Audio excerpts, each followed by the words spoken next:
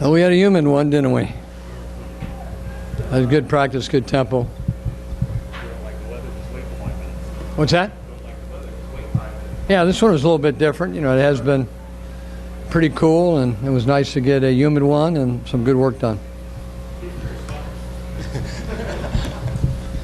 Hey, you guys got a restroom here, so you guys can't complain anymore.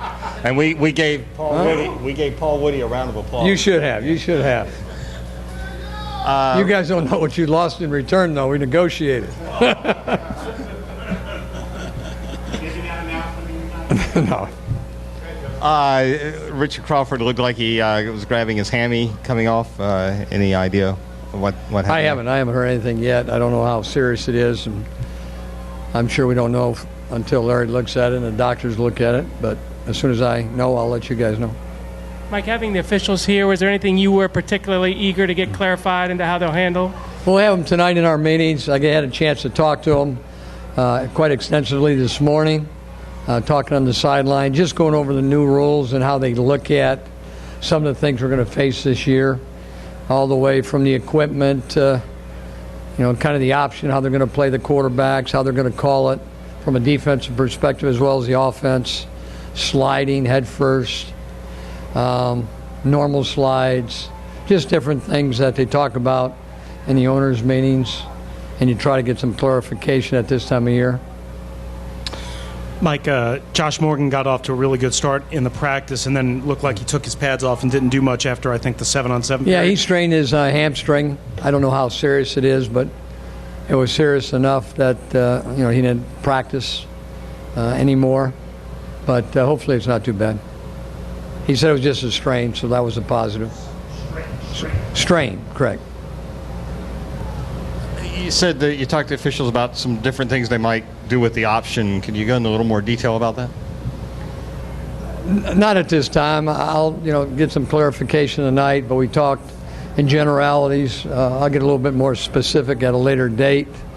But I want to hear exactly what they have to say again tonight as they explain it to the team and the coaches again. Coach, now that Nick Barnett is officially signed, what do you like about him? He said earlier today he's really not looking at his role as being a backup. He really wants to push. Well, he hasn't been a backup. He's been a starter. He's coming off an injury. He's not ready to practice full speed. When that will be, I cannot tell you. I want to get him ready to be able to play in the season. Losing a guy like Keenan, we don't have the depth we had before and the experience that we had. So I expect Nick to come in and get in football shape. He is in football shape. We'll get a chance to play him. If it's in a preseason game, it'd be great. But we'll look at him day by day, see how he works in individual drills, get him a lot of mental reps and walkthroughs in our team situations. And when he's ready to practice, then we'll practice him. Mike, at this point, how do you see a right tackle situation? Is Tyler your clear-cut starter? Is it an open competition, something in between the two?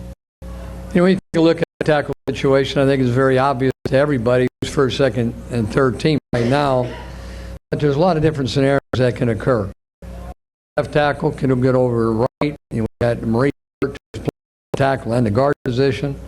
We do have some again at the position. This has played center. Eddie, Lichtenstein ability to guide. At the guard position at the left side or the center position. So we feel we have more flexibility right now than we've had in the past. Hopefully Hurt can get well in the next couple weeks and we can watch him compete. But it'll be interesting to be able to evaluate a lot of these offensive linemen in game situations, and I'm looking forward to that. Trent Williams did have a very large wrap on his hand today. Was that a hard cast, and what's the deal with that? Well, we're going to make it hard. We don't want him wrist any worse than it is right now. And when you have basically a ball like he does, it keeps him from grabbing onto anything. And so shape from a football standpoint is very awkward because he can't use his hand. So he's got to use one hand. But tough for him. You don't want to make that really worse. And that's the only one that I can see that he can practice and at least protect the wrist from this standpoint. Mike, we haven't talked a lot about special teams, but obviously Danny's Lorenzo, who was an ace for you guys, is gone. Do you have any concern about just how much you lost and trying to find replacement on the field, not only for Lorenzo, but strengthen the group? Well, I think we have in our special teams.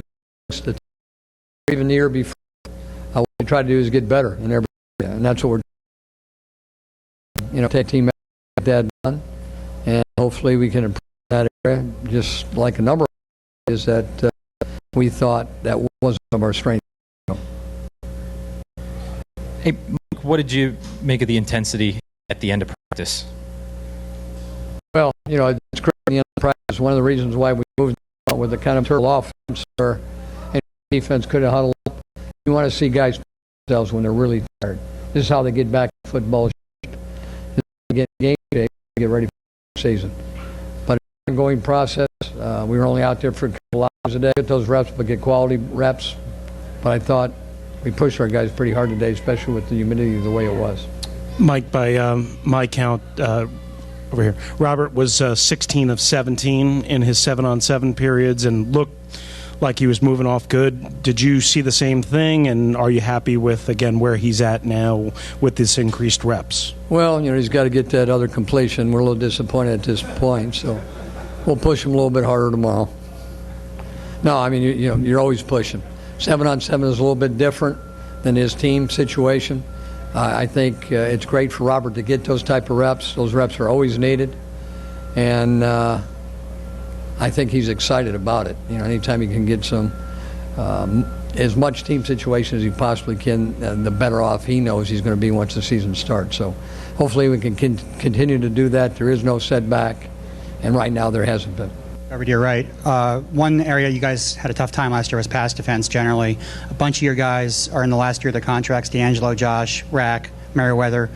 Is that a motivation to help at all? You think the guys, even though they're veterans, are in a contract year? I think anytime you go in a contract year, if you have common sense, not only do you want to play well for us, you want to play well for other teams that are out there so you can have the best leverage for contracts. I think every player knows that going into his last year. There's no difference with our players. We've got a lot of guys on our football team that we would like back. Hopefully have the type of year that warrants that type of big contract because we would like to take care of our players. A little bit more salary to take care of our players. Hey, Mike, to your right, is there any...